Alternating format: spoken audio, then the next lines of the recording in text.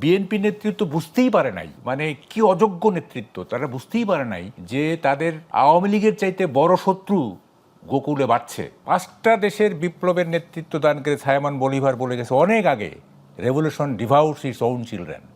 বিপ্লব তার নিজের সন্তানদের খেয়ে ফেলে। একটা এক্সট্রাঅর্ডিনারি, একটা দূরদর্শী নেতৃত্ব ছাড়া বিপ্লবের পরে বিপ্লবে অংশগ্রহণকারীদের মানে পথভ্রষ্ট হওয়া থেকে বিরত করা খুবই কঠিন কাজ। সেটাই হয়েছে।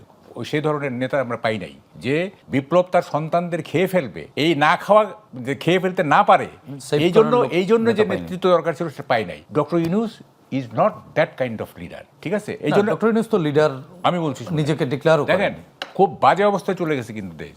এখন কি দাঁড়াচ্ছে জানেন, আমি তো ফেসবুক খুলে দেখি, এখন হচ্ছে স্লোগান হচ্ছে মরো মারো ফাটো ফাটাও আগাও, এই হচ্ছে স্লোগান। মানে আমি এটাকে মানে সামারাইজ করলাম। আর বক্তৃতা হচ্ছে যে কোরআনে আছে আগে মারো তারপরে মরো, এই ধরনের বক্তৃতা হচ্ছে। এগুলি ফেসবুক খোলাই যায় না। দেখেন এই যে এখন যে অবস্থাটা না, এই অবস্থাটা বিএনপি নেতৃত্ব বুঝতেই পারে নাই, মানে কি অযোগ্য নেতৃত্ব, তারা বুঝতেই পারে নাই যে তাদের আওয়ামী লীগের চাইতে বড় শত্রু গোকুলে বাড়ছে। হ্যাঁ, তারা আওয়ামী লীগকে টার্গেট করে আছে। তারা বুঝতে পেরেছে। আজকে তো তারেক রহমানের বক্তব্য এটা পরিষ্কার। His too late. তারা 2001 সালে দুজন জামাতের লোককে মন্ত্রী করে নাই। তারপর 5ই আগস্টের পর আমরা কি দেখছি, একটা কি বলে যে ওটা কি বলে অ্যারেঞ্জমেন্টের গেম খেলেনি তারা। It is too late. এখন যেহেতু জামাত মানে মরিয়া হয়ে উঠছে, মানে কি বলে যে ক্ষমতায় যাওয়ার জন্য, এখন মানে ওনার যেহেতু প্রধানমন্ত্রিত্বের ব্যাপারটা কোয়েশ্চেনেবল হয়ে দাঁড়াচ্ছে, এখন উনি মুখ খুলছেন। এই মুখ উনি খুলবেন মানে সেপ্টেম্বর অক্টোবর নভেম্বরের দিকে উনি মুখ খুলবেন। ওয়াই চলে। দেখেন আমি একটা কথা বলি, এইটা আপনারা